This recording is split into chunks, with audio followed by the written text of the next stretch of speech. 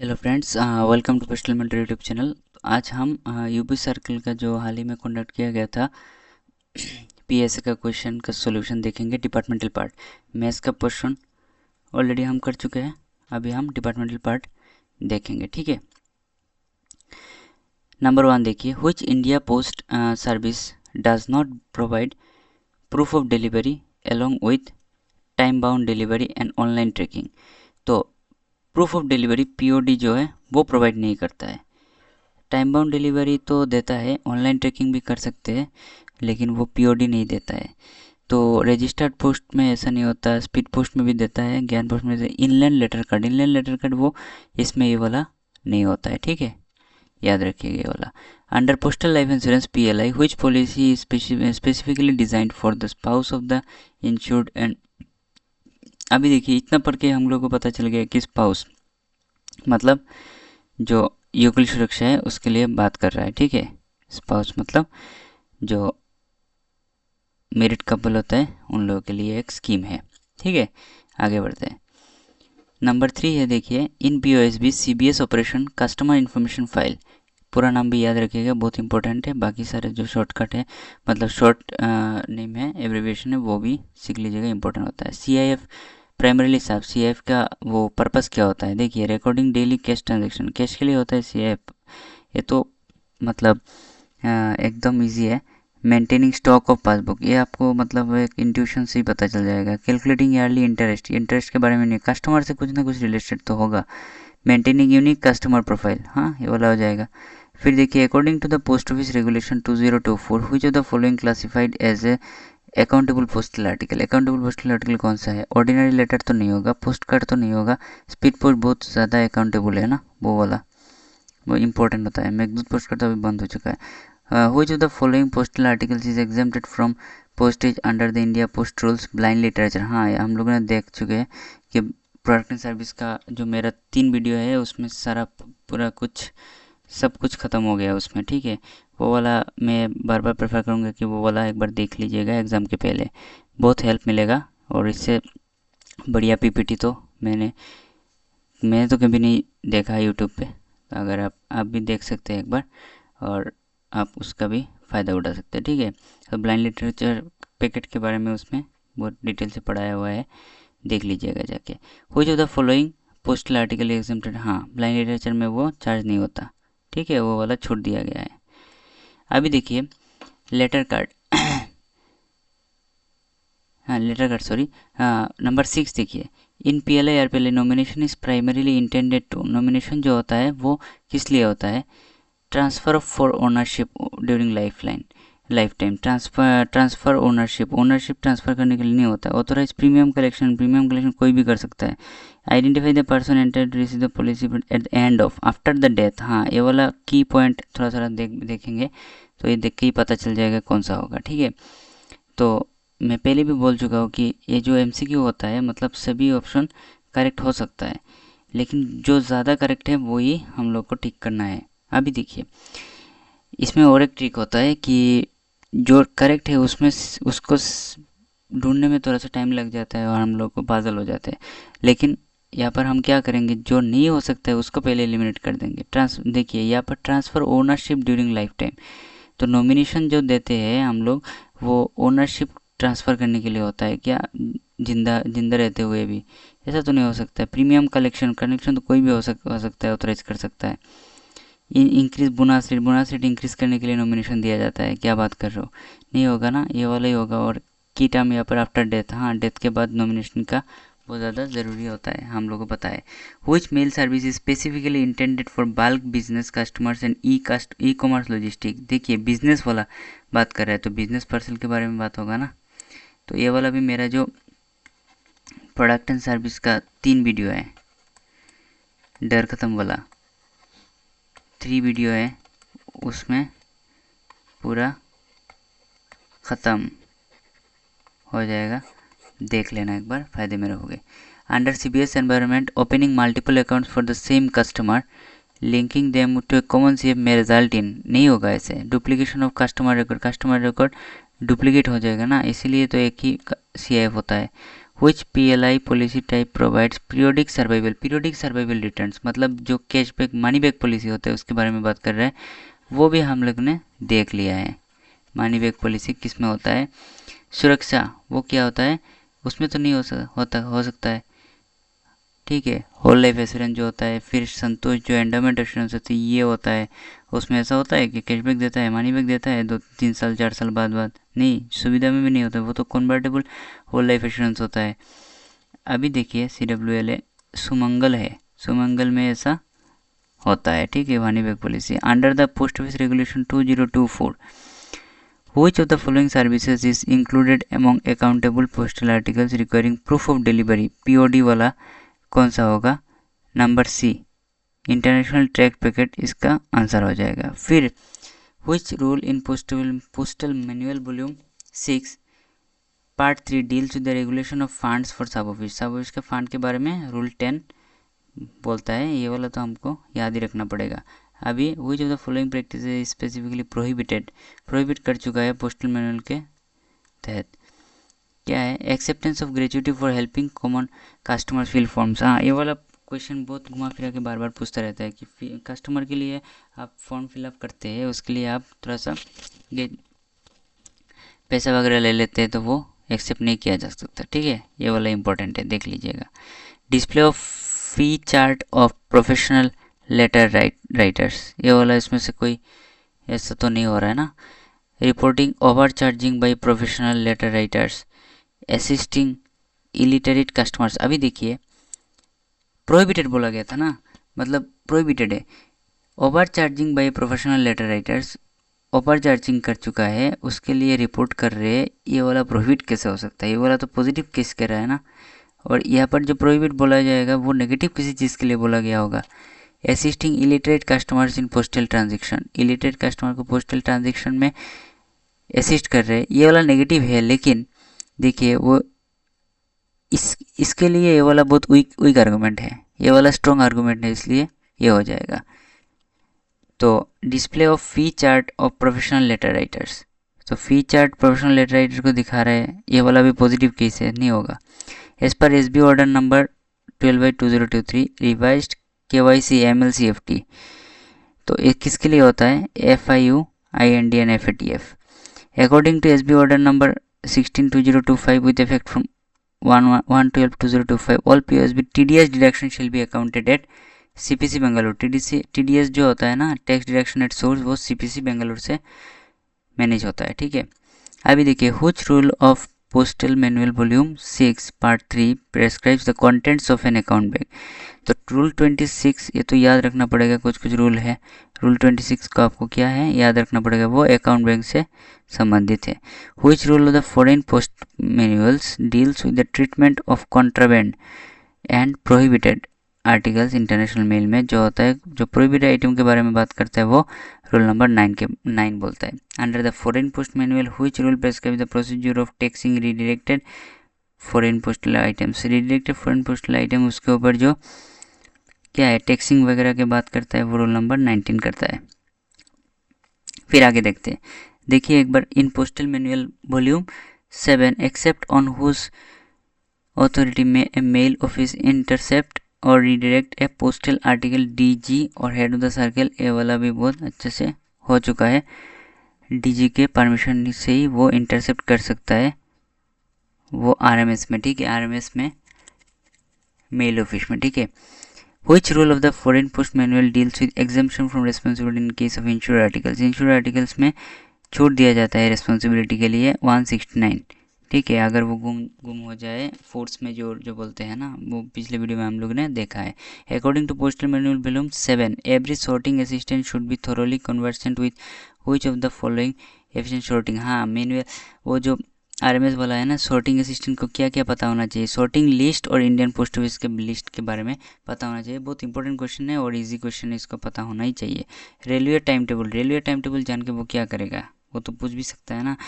तो postal guide part 1 को पूरा एकदम उसको याद रहना चाहिए, ऐसा नहीं है। पोस्टल गाइड पार्ट 1 में तो बेसिक चीज़ है, वो RMS को क्या ही फ़ायदा दिलाएगा।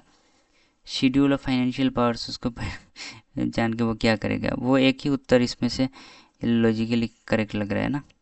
अभी देखिए 21, which authority has the power to extend the working hours. हाँ, वर्किंग आवर्स कौन क्या कर सकता है, एक्सटेंड कर सकता है, वो साढ़े 8 बजे तक और संडे में भी खुला रख सकता है, वो डीजी होता है, director general of post. Which of the following services not normally available at branch post office. क्या होता है, ऑल टाइप्स ऑफ ट्रांजेक्शन, नहीं ऑल टाइप्स ऑफ ट्रांजेक्शन नहीं होता है ब्रांच पोस्ट में, ये वाला अच्छा है। डिलीवरी ऑफ मेल तो होता है, booking of registered article booking भी हो जाता है, पार्सल भी हो जाता है। A person puts a machine framed article in a street letterbox instead of handing it to authorised counter. Counter में नहीं देके वो क्या करता है, फ्रैंक्ड आर्टिकल क्या होना चाहिए, काउंटर में जिस भी ऑफिस में वो फ्रैंक्ड आइटम एक्सेप्ट किया जाता है, जिसके साथ वो मतलब क्या होता है कनेक्टेड रहता है, उसी में देना होगा, उसी काउंटर में देना होगा, नहीं तो वो क्या हो जाएगा, अनफिट आर्टिकल माना जाएगा। ठीक है, अगर वो लेटर बॉक्स में डाल दिया है। Which of the following is a mandatory component of a valid franking machine? Value die और लाइसेंस डाई बहुत ज़्यादा इंपॉर्टेंट है, बार बार पढ़ चुके हैं। फ्रैंकिंग मशीन से तो ये सब क्वेश्चन बहुत इजी होता है ना, तो देख लीजिएगा। Which class of post offices generally transacts all types of postal business? Head office, head post office में सब कुछ यहाँ पर होता है, एकदम पूरा पता होना चाहिए।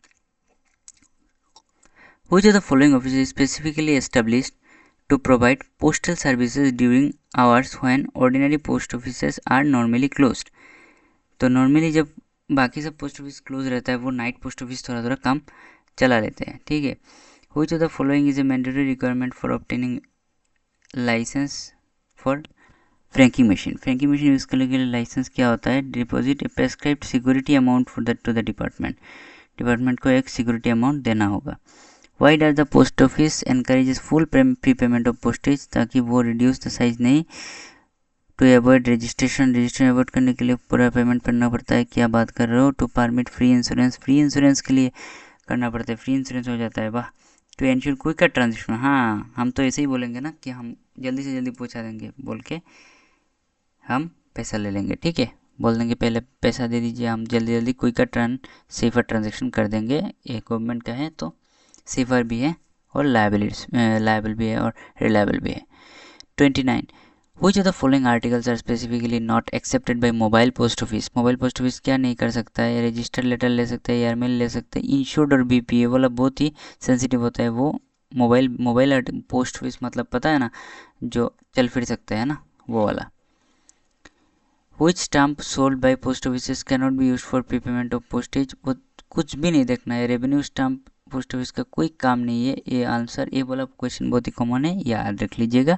As per post office guide part 2 for foreign postal articles are divided. Community stamp देखिए, डेफिनेटिव स्टाम्प देखिए, सर्विस स्टाम्प, ये तीनों ही पोस्ट ऑफिस के कार्य में होता है, लेकिन रेवेन्यू स्टाम्प वो नहीं होता है, राजस्व जो होता है stamp. As per the post office guide part 2 for foreign postal articles are divided into which two categories? Letter and parcel post. पहले ही लाइन में हम लोग पढ़ते हैं कि फॉरेन पोस्ट में लेटर और पार्सल कैटेगरी में हम लोग डिवाइड करते हैं। which international organization guarantees freedom of transit throughout the postal territory? तो कौन सा पोस्टल क्या करता है, यूपीयू, यूनिवर्सल पोस्टल यूनियन, वही ये मेंटेन करता है कि फॉरेन में कैसे ट्रांजिट होगा, क्या नहीं होगा, कितना चार्ज होगा, कितना चार्ज फ्री होगा। Which of the following countries enjoys 33 special postal arrangements with India under more favourable conditions? इसका आंसर हो जाएगा नेपाल वाला करेक्ट आंसर हो जाएगा इसमें। जापान जर्मनी तो बहुत दूर की बात है, नेपाल पास में है, वो यही ऑड वन आउट करके भी आंसर लगा सकते हैं। Which of the following is one of the principal objectives of the Asian postal Pacific postal union? ये फुल नेम भी पूछा जा सकता है, देख लीजिएगा। APPU following is one of the principal objective क्या होता है, regulate international airfares. International airfares तो नहीं, ये तो छोटा वाला पार्ट होता है ना। यूनिवर्सल पोस्टल यूनियन होगा तो एक बार देख सकते, कंसिडर कर सकते हैं इस ऑप्शन को। बाकी देखिए नंबर 2 बी नंबर के, to promote cooperation and development of postal services among member countries. Cooperation and development of postal service among member countries, जितना मेंबर कंट्रीज हो उसके अंदर में प्रमोशन एंड डेवलपमेंट होगा। To supervise customer administration of member countries, नहीं। To issue international passports and visas, नहीं। Which of the following is included under letter post in foreign post में letter post के अंदर पार्सल तो नहीं होगा, letter post में पार्सल कैसे होगा, पार्सल आ गया नहीं होगा। कैश रेमिटेंस को पोस्ट कैसे करेंगे, तो लेटर पोस्ट और कार्ड से ये आँख बंद करके ये लगा सकते हैं, क्योंकि ये कट गया ना, sorry.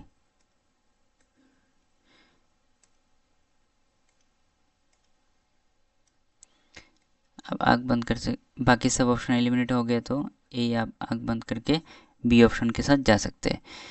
For a foreign postal articles postage charges normally consist of surface postage charge and application additional charges. हाँ, फिर देखिए which type of envelopes are recommended for airmail correspondence. देखिए एक बार,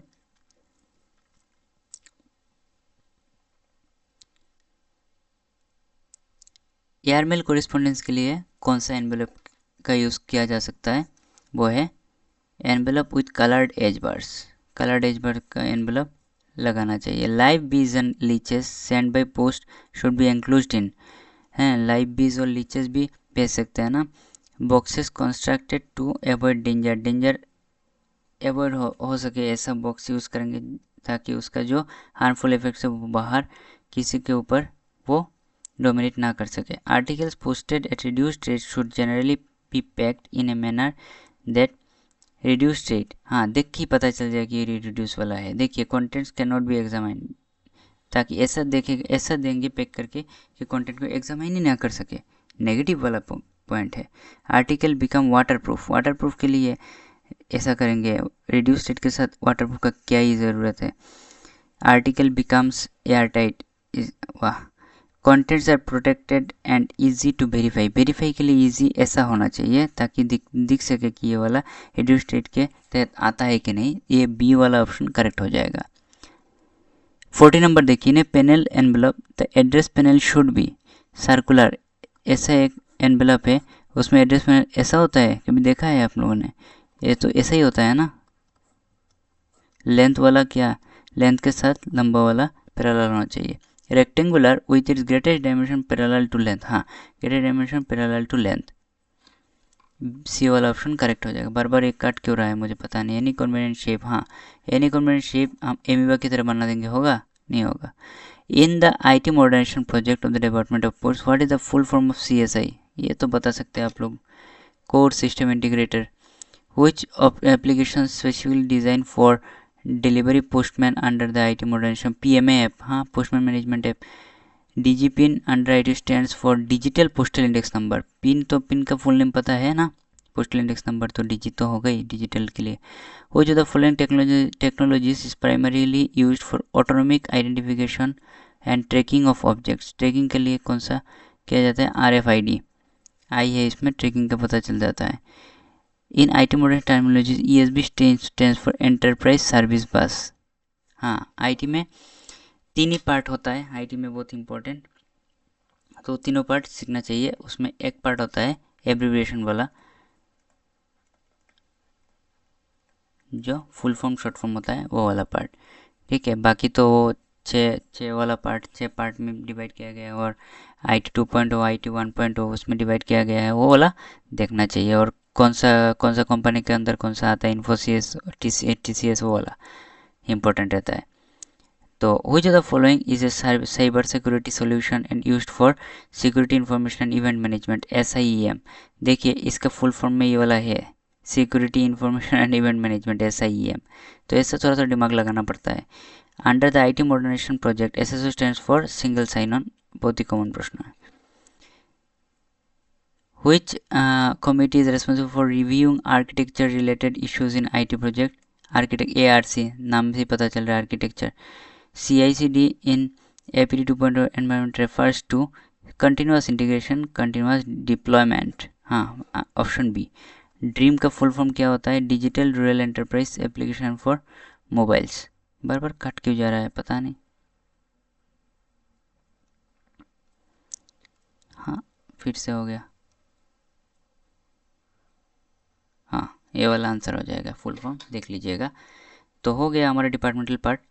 तो आज के लिए फ़िलहाल इतना ही। अगर आपको अच्छा लगा तो दूसरों को भी रिकमेंड कीजिएगा, और लाइक शेयर सब्सक्राइब तो कर सकते हैं ना, इतना तो बनता है, और क्या ही चाहिए। ठीक है, बाय बाय।